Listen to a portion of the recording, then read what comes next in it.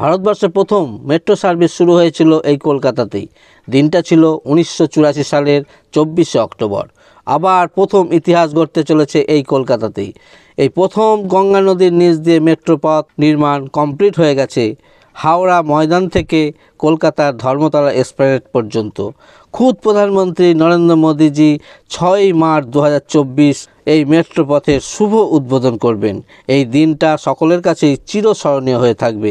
চলুন কোথা থেকে এই আন্ডার ওয়াটার মেট্রো রেল পথ নির্মিত হয়েছে বিস্তারিত জেনে নিই। এই হচ্ছে সেই brand new Howrah metro station. এই স্টেশনটি নির্মিত হয়েছে একদম পুরনো যে হাওড়া জংশন স্টেশন এখন বর্তমানে রয়েছে তার একদম সামনে। সেই বহু পরিচিত হাওড়া ব্রিজ আর তার এর নিচ দিয়েই বয়ে চলেছে ভাগীরথী নদী।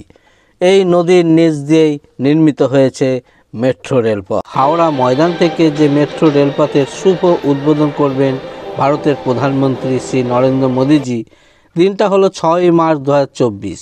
এই দিনটাকে স্মরণীয় করে রাখার জন্য আমরাও সামিল হয়েছি।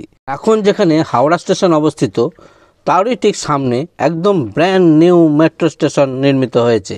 এই স্টেশনটাও দেখতে অসাধারণ। এই স্টেশনটায় রয়েছে 30টা এসকেলেটর।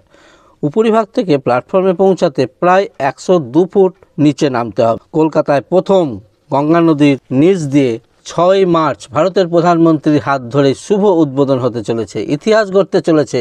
এতদিন আমরা মেট্রো রেলে চেপেছি, সেগুলো ছিল সব ওই মাটির অল্প নিচ দিয়ে, কিন্তু 6ই মার্চ হাওড়া ময়দান থেকে এসপ্ল্যানেড পর্যন্ত যে পথের শুভ সূচনা হতে চলেছে সেটা সকলের কাছেই খুব আশ্চর্যের জিনিসই বটে। এই স্টেশনটাও রয়েছে কয়েকটা লিফট এবং পায়ে হেঁটে নামার জন্য সিঁড়িও রয়েছে। উপরে হাওড়া ব্রিজ, নিচ দিয়ে বয়ে চলেছে গঙ্গা নদী। এই গঙ্গা নদীর নিচ দিয়ে টানেল তৈরি করে, টানেলের ভেতর দিয়ে মেট্রো রেলপথ নির্মাণ করে হাওড়া ব্যস্তবহুল স্টেশনের সঙ্গে এসপ্ল্যানেড পর্যন্ত রেলপথ নির্মাণ কমপ্লিট হয়ে গেছে। সমস্ত রকম টেস্টিং কমপ্লিট। এই টানেলের দৈর্ঘ্য 520 মিটার। এই ঐতিহাসিক মেট্রো রেলপথের উদ্বোধন করবেন ভারতের প্রধানমন্ত্রী নরেন্দ্র মোদীজি 6ই মার্চ।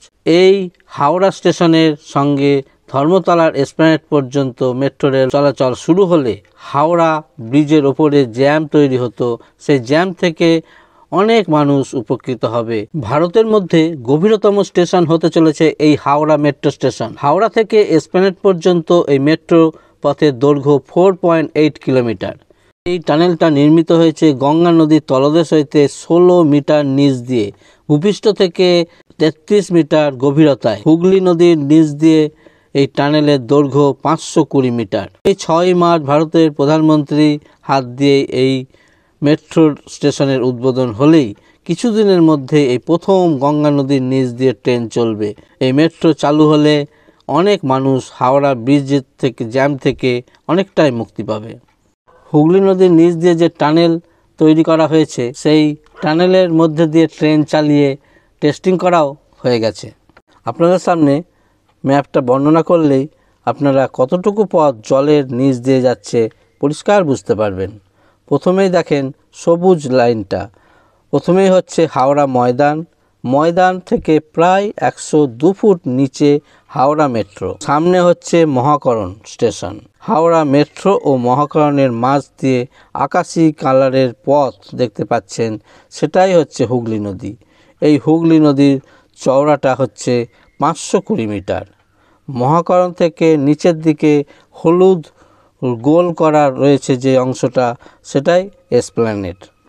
আর নীল রঙের রাস্তা তো আগেই দেখিয়েছি। এখন সব স্টেশনের সঙ্গে যোগাযোগ হয়ে যাবে। নীল রঙের স্টেশনগুলো হলো নেতাজি ভবন, রবীন্দ্র সদন, ময়দান, park street, Esplanade, Chandni Chowk, central, Gandhinagar road, Girish park, Shobhabazar, Noapara, Baranagar, Dakshineswar. Howrah station থেকে বিভিন্ন স্টেশনে যাওয়ার জন্য যে চার্ট বা তালিকা প্রকাশিত হয়েছে সেটা আপনাদের সঙ্গে শেয়ার করছি। হাওড়া ময়দান থেকে মেট্রো রেলের যে ভাড়ার চার্ট প্রকাশিত হয়েছে সেটা এক ঝলক দেখে। হাওড়া ময়দান থেকে মহাকরণের ভাড়া 10 টাকা, এসপ্ল্যানেডের ভাড়াও 10 টাকা, দক্ষিণেশ্বর, বরানগর, নোয়াপাড়া পর্যন্ত 30 টাকা। ভিডিওটা আর বড় করছি না, আশা করি সকলের ভিডিওটা ভালোই লেগেছে, কেননা নতুন ইতিহাস সূচনা হতে চলেছে। তাই অনুরোধ রইল ভিডিওটা প্রচুর পরিমাণে শেয়ার করার। সকলে ভালো থাকবেন, সুস্থ থাকবেন।